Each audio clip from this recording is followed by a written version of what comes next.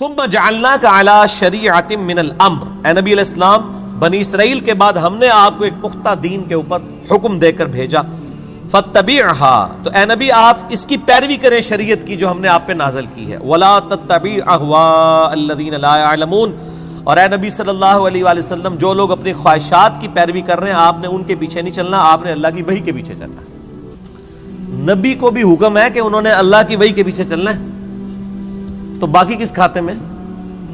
قرآن میں 3 دفعہ یہ آیت آئی ہے،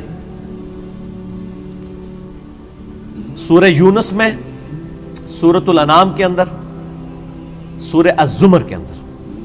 قل انی اخاف ان عصیت ربی عذاب یوم عظیم، اے نبی تم فرماؤ کہ مجھے تو خود ڈر ہے اس بات کا کہ اگر میں نے بھی اللہ کی نافرمانی کی تو بڑے دن کا عذاب مجھے بھی آ پکڑے گا۔ کس نے؟ نبی صلی اللہ علیہ وسلم۔ یہ باتیں اس لیے کہلوائی گئی، حالانکہ نبی علیہ السلام تو اللہ کے محبوب ہیں، صرف اس لیے کہلوائی گئی کہ تاکہ بعد میں کوئی بندہ تکبر کے ساتھ معاملات کو کلیم نہ کرنا شروع کر دے کہ جی یہ بزرگوں تو نماز کی ضرورت ہی نہیں، اللہ تک پہنچ چکے نا۔ لوگ کہتے ہیں نا، کہتے ہیں جی نماز تو اللہ تک پہنچنے کے لیے چاہیے، تو جو اللہ تک پہنچ چکے ہیں انہوں نمازہ معاف نہ۔ یہ اس لیے یہ باتیں بتائی گئی تاکہ کوئی تکبر کا جملہ نہ بولے، ڈرتا رہے۔ میں نے کئی دفعہ عرض کیا ہے کہ آپ دیکھیں شیخ عبد القادر جیلانی رحمہ اللہ کی طرف کتنا بڑا جھوٹ منسوب کیا گیا، وہ قصیدہ غوثیہ ایک، جس کے اندر لکھا ہے تمام اولیاء کی گردن پہ میرا پاؤں ہے۔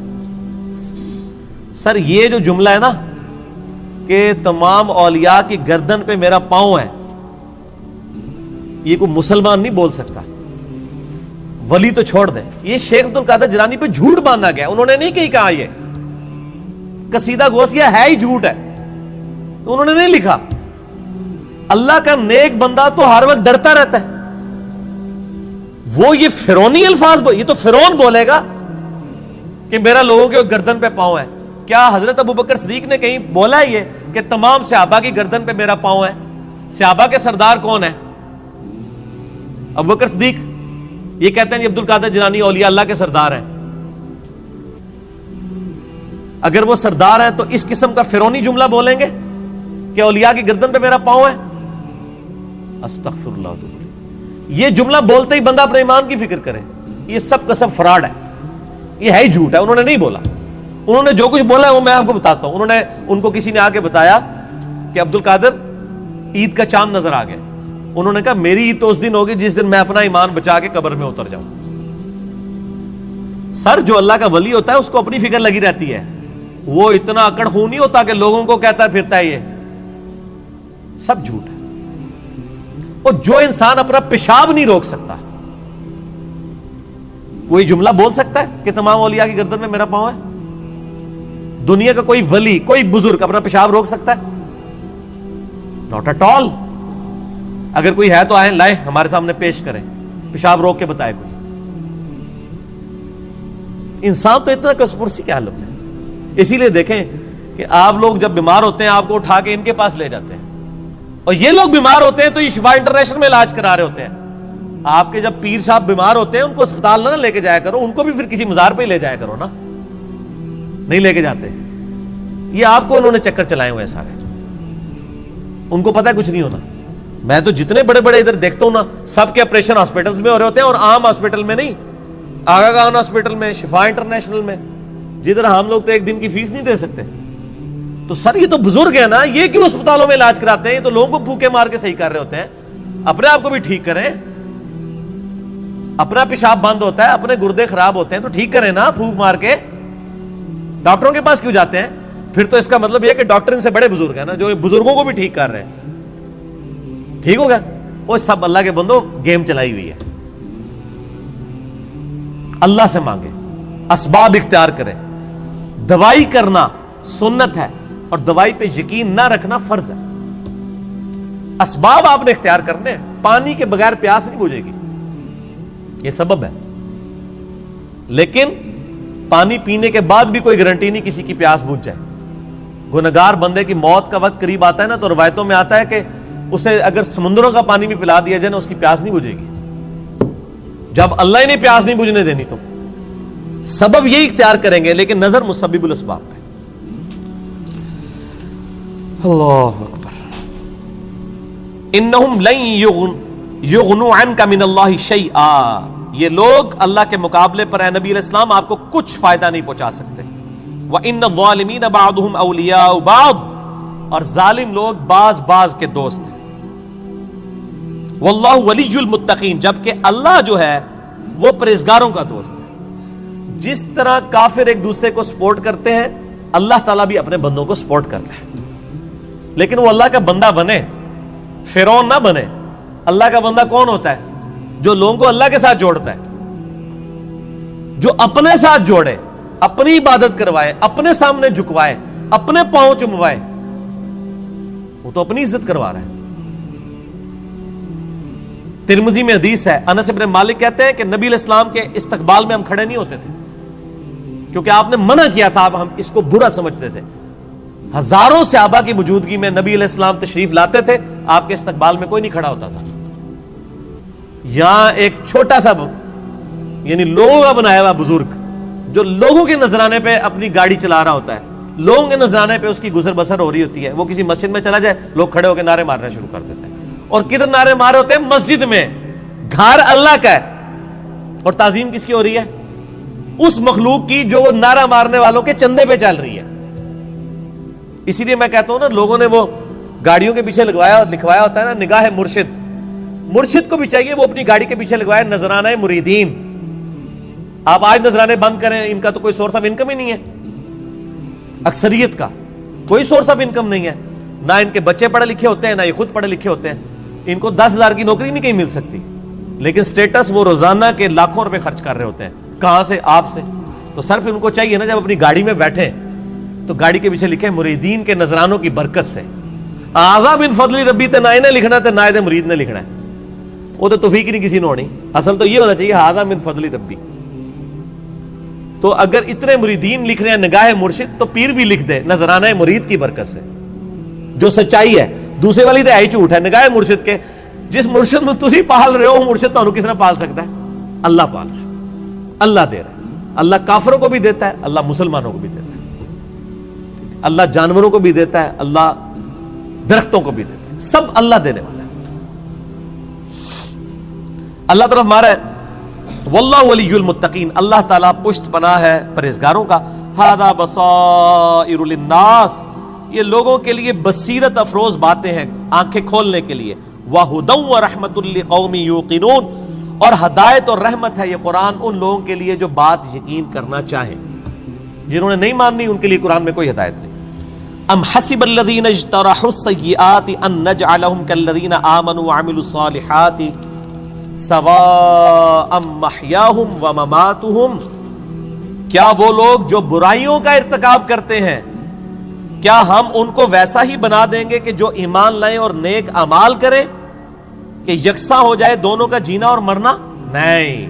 دنیا میں بھی بادشاہ جو ہوتے ہیں وہ اپنے تابع فرمان بندوں کو نوازتے ہیں، دشمنوں کو سزا دیتے ہیں. تو اللہ تعالیٰ ماتا ہے جو میرے ماننے والے ہیں وہ اور جو میرے نہ ماننے والے ہیں، میرے نافرمان، ان کو میں برابر کر دوں گا؟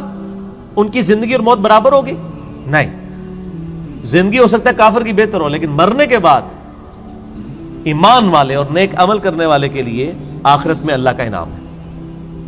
ساء ما یحکمون، کتنا برا حکم تم لگا رہے ہو اگر تمہارے دماغ میں کہیں یہ بات ہے کہ یہ لوگ برابر ہو سکتے ہیں. وخلق اللہ السماوات والارض بالحق، اور اللہ نے آسمان اور زمین کو پرپز فل پیدا کیا ہے. وَلِتُجْزَا كُلُّ نَفْسٍ بِمَا كَسَبَتْ، تاکہ بدلہ دیا جائے ہر جان کو جو اس نے کمایا. وَهُمْ لَا يُظْلَمُونَ، اور کسی پہ ظلم نہیں ہوگا.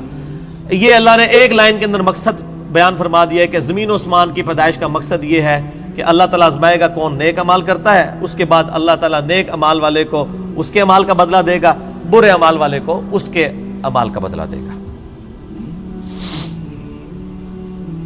اب بڑی سخت آیت آ رہی ہے قرآن حکیم کی، اس ایک آیت پہ گھنٹوں بولا جا سکتا ہے. افرائیت من اتخذ الہہ ہوا، اے نبی صلی اللہ علیہ وآلہ وسلم بھلا تم نے اس شخص کو دیکھا جس نے اپنی خواہش نفس کو اپنا خدا بنا لیا.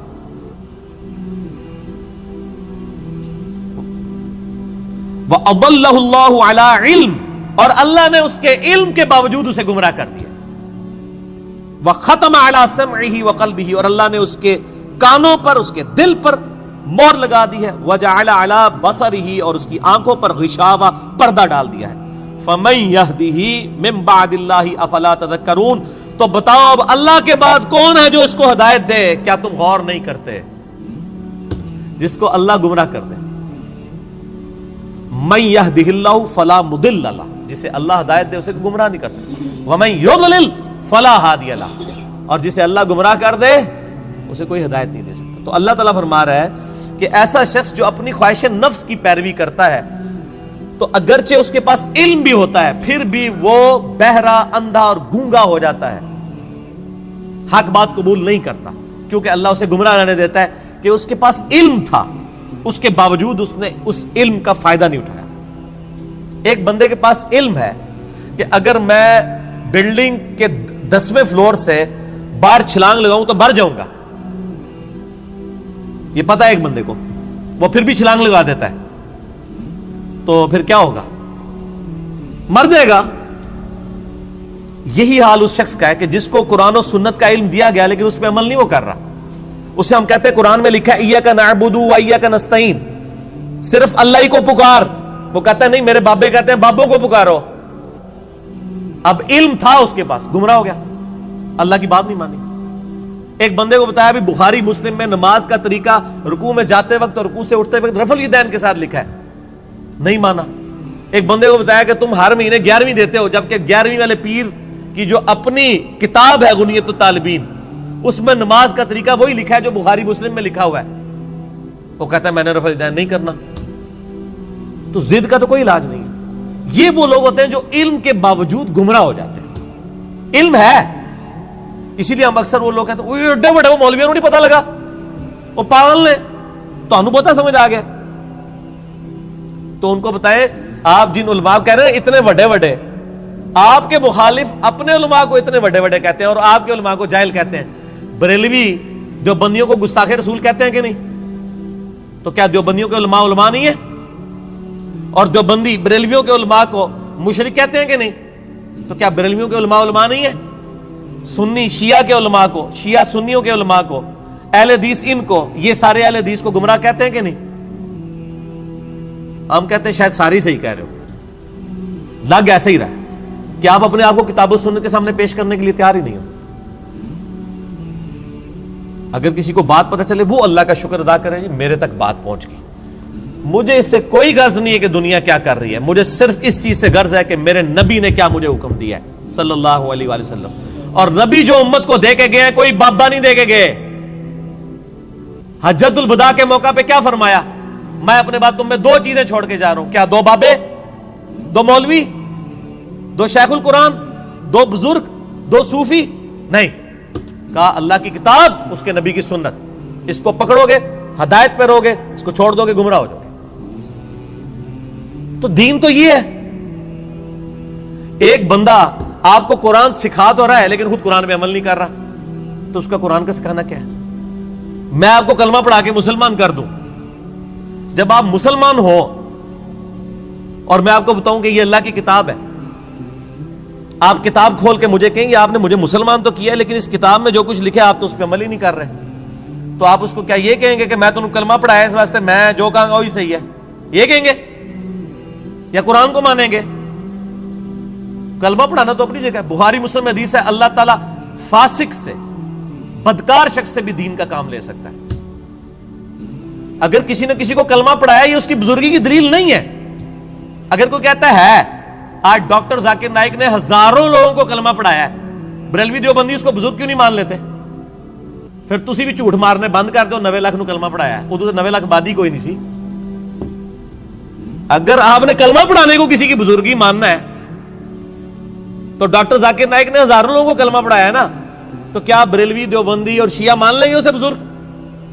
تو سر بریلوی دیوبندی اگر اپنے بابوں کو کہتے ہیں اتنوں کو کلمہ پڑھایا تھے، تسی بھی اپنے بوجھے چ رکھو، پھر وہ کہنے کے نہیں جی کلمہ پڑھانے نال کیا ہوتا ہے تے وہ بد عقیدہ ہے نا، تو سر تسی بھی تواڈے کلمہ پڑھانے نال کیا ہوتا ہے، تواڈے بھی اگر بد عقیدہ نے تو کوئی فرق نہیں پڑتا۔ فرق کس سے پڑتا ہے؟ قرآن و سنت سے۔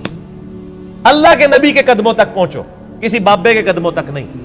اس لیے فرمایا تم میں 2 چیزیں چھوڑ کے جا رہا ہوں، اللہ کی کتاب، اس کے نبی کی سنت، قیامت تک کے لیے 2 چیزیں، جو اس پہ عمل کرے گا ہمارے سر کا تاج ہے، اور جو عمل نہیں کرتا گستاخ رسول ہے. اصل میں گستاخ وہ ہے. ٹھیک ہو گیا جی؟ آگے چلے جی. اللہ تعالیٰ فرماتا ہے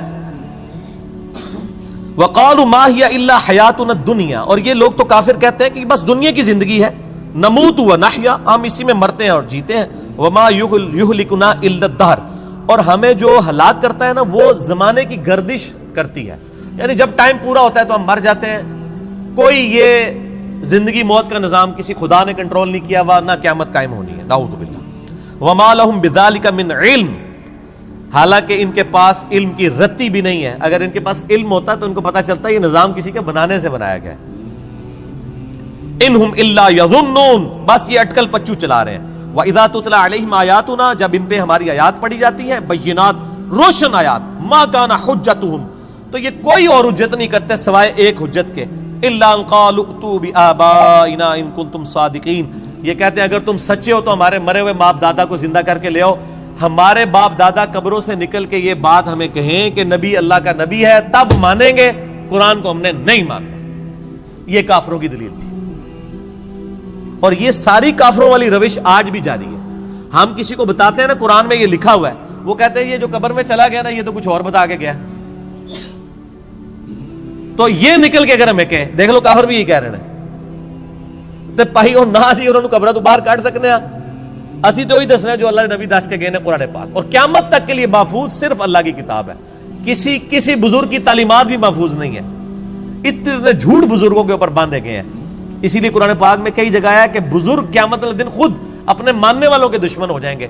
2.25 ارب عیسائی کہہ رہے ہیں حضرت عیسیٰ اللہ کے بیٹے ہیں، تو حضرت عیسیٰ ان لوگوں کے دشمن بنیں گے کہ نہیں؟ کیونکہ حضرت عیسیٰ کی تو یہ تعلیمات نہیں ہے. شیخ عبد القادر جیلانی کی کہیں یہ تعلیمات نہیں کہ آپ کو المدد یا غوث اعظم دستگیر شیئن للہ، کہیں ان کی تعلیمات نہیں. تو شیخ عبد القادر جیلانی دشمن بنیں گے. مولا علی علیہ السلام کی کہیں تعلیمات نہیں ہے کہ تم مجھے یا علی مدد کہہ کے پکارو. ان کی تعلیمات یہی ہے، ایاک نعبد و ایاک نستعین. مولا علی بھی اللہ کو پکارتے تھے. مولا علی کا ماننے والا بھی وہی ہوگا جو اللہ کو پکارے گا. تو اللہ تعالیٰ فرماتا ہے جب یہ حجت کرے تم ان کو کہو قُلِ اللَّهُ يُحْيِيكُمْ ثُمَّ يُمِيتُكُمْ، اللہ تمہیں زندہ کرتا ہے وہی موت دیتا ہے. ثُمَّ يَجْمَعُكُمْ إِلَى يَوْمِ الْقِيَامَةِ، پھر قیامت دن بھی وہ تمہیں جمع کرے گا. لَا رَيْبَ فِيهِ، جس میں کوئی شک نہیں ہے. وَلَكِنَّ أَكْثَرَ النَّاسِ لَا يَعْلَمُونَ، لیکن اکثر لوگ اس حقیقت سے ناواقف ہیں. اللہ نے فرمایا کہ بھئی یہ بتا دو کہ اللہ میں اور باقی ہستیوں میں یہ فرق ہے کہ وہ زندگی اور موت دیتے ہیں،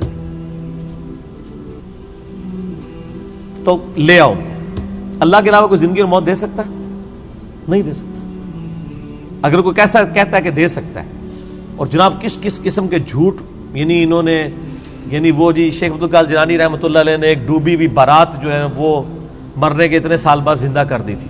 اللہ کے بندو توبہ کرو. قرآن پاک میں سورہ انبیاء کا پہلا رکوع ہے، 17واں پارہ پہلا صفحہ ہے. نبی صلی اللہ علیہ وآلہ وسلم کو کافر کہتے تھے، تم ہمیں یہ کہتے ہو نا اگلے نبیوں کے یہ معجزے کہ مردہ زندہ کرتے تھے، تم ہمیں مردہ زندہ کر کے بتاؤ پھر نبی مانیں گے. تو اللہ تعالیٰ نے فرمایا کہ ان سے فرما دو کہ معجزات اللہ کے پاس ہے، وہ کوئی معجزہ اس قسم کا نہیں. نبی صلی اللہ علیہ وسلم نے بھی کوئی مردہ نہیں کبھی زندہ کیا. حضرت عیسیٰ علیہ السلام کا قرآن میں ذکر آتا ہے کیونکہ ان کا معجزہ وہ تھا. ہمارے نبی کا معجزہ قرآن ہے، جیسا کہ موسیٰ علیہ السلام کا معجزہ عصا تھا. ویسے آپ صلی اللہ علیہ وسلم کے بہت معجزات ہیں بخاری مسلم میں کہ مبارک انگلیوں سے پانی کے چشمے جاری ہو گئے، مبارک دعا سے چاند 2 ٹکڑے ہو گیا، مبارک پسینے سے خوشبو آتی تھی. یہ معجزات ہیں، مردہ زندہ کرنے والا نہیں ہے. تو یہ بعد کے لوگوں کے بارے میں آپ کلیم کر رہے ہیں کہ انہوں نے مردے زندہ کیے ہیں. آج بھی لیں کسی کو جو کہتا ہے نا مردہ زندہ کر سکتا ہے تو ہم اسے شہید کر دیتے ہیں، اس کی اجازت سے وہ اپنے آپ کو زندہ کر کے بتائے. حضرت عیسیٰ نے بھی جو مردے زندہ کیے ہیں نا، وہ یہ نہیں تھے کہ وہ قبر سے نکال کے چلنا پھرنا شروع کر دیتے تھے. صرف اس وقت چونکہ طب بڑے زور پہ تھی، میڈیکل، تو اللہ تعالیٰ نے ان کی میڈیکل کو فیل کیا کہ کوئی ڈاکٹر کسی مردے کو نہیں زندہ کر سکتا. اللہ نے آیا میرا نبی اے جیڑا مردہ زندہ کرے گا. اور وہ صرف اتنا ہوتا تھا، قبر پہ گئے، مردے کو زندہ کیا، وہ مردہ کہتا تھا کہ حضرت عیسیٰ اللہ کے نبی، واپس چلا جاتا تھا. بس اس سے زیادہ نہیں تھا زندہ ہوتا نا.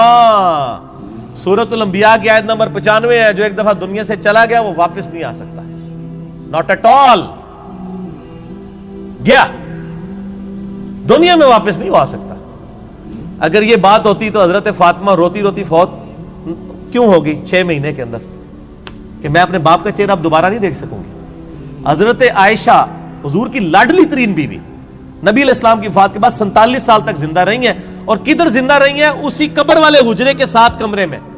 میں کہتا ہوں کوئی ایک روایت دکھا دے کہ انہوں نے نبی علیہ السلام کی کبھی زیارت کی ہو قبر کے اوپر. آج لوگ کہتے ہیں ہمارے گھر میں آ جاتے ہیں, کوڑ مارنے چھڑ دو اللہ دے بندے ہو, چوڑ. سب سے زیادہ اگر کوئی حقدار تھا تو حضرت فاطمہ تھی, حضرت عائشہ تھی, مولا علی تھے. ان سے کوئی آپ کو بات نہیں ملے گی. یہ جتنی آپ کو باتیں بتاتے ہیں نا ساری بزرگ بابوں سے بتاتے ہیں, آپ کو حضرت ابوبکر کی کرامت نہیں بتا رہے ہوں گے اس قسم کی, تو کیا ہوتی نہیں ہے کرامت. ہم مانتے ہیں کرامت صرف یہ ہے کہ کسی کی دعا کی برکت سے کچھ ہو جائے, مرضی اللہ کی. کوئی کر کے نہیں دکھا سکتا, کوئی کر کے دکھا سکتا ہے تو میں نے کئی بار چیلنج کیا ہے, کوئی زندہ یا مردہ بزرگ میں اپنا انجینئرنگ کا فارمولہ لکھ کے دیتا ہوں, وہ دیکھ کے پڑھ کے بتا دے.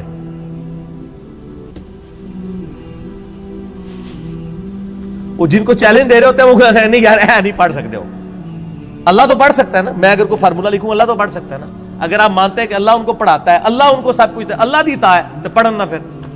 اور میں تو اس سے بڑی بات کرتا ہوں, ان کی آپ نمازیں سنیں, یہ نماز بھی صحیح نہیں پڑھتے ہوتے.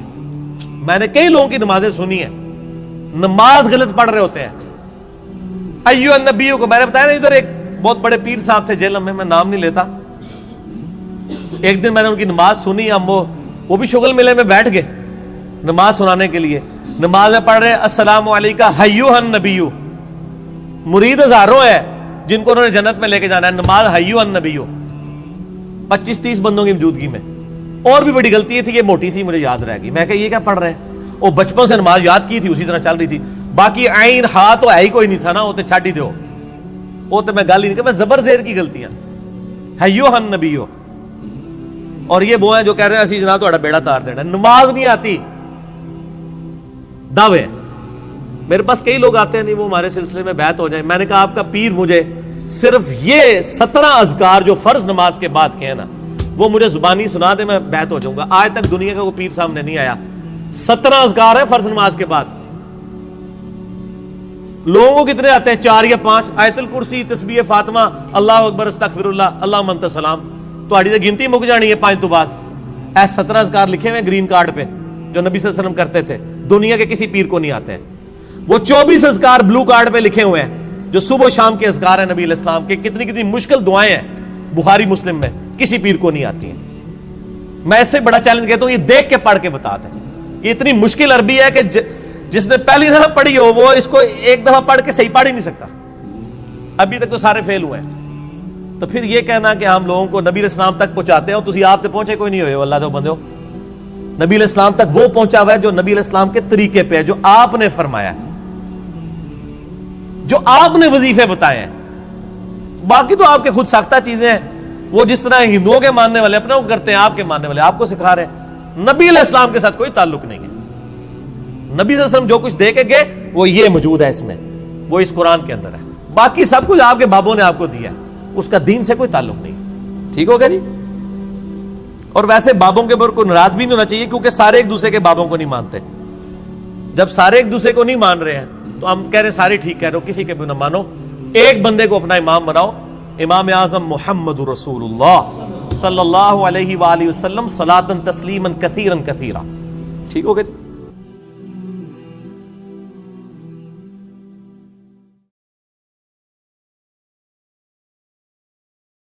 فلاں ورگی جندڑی عشق رولا چھڑدا, سارے بازار چ ہووے عشق نچا چھڑدا. ککھ نہ چھڑے ویخ وفاواں عشق دیاں, اوکھے پینڈے لمیاں نے راواں عشق دیاں. اللہ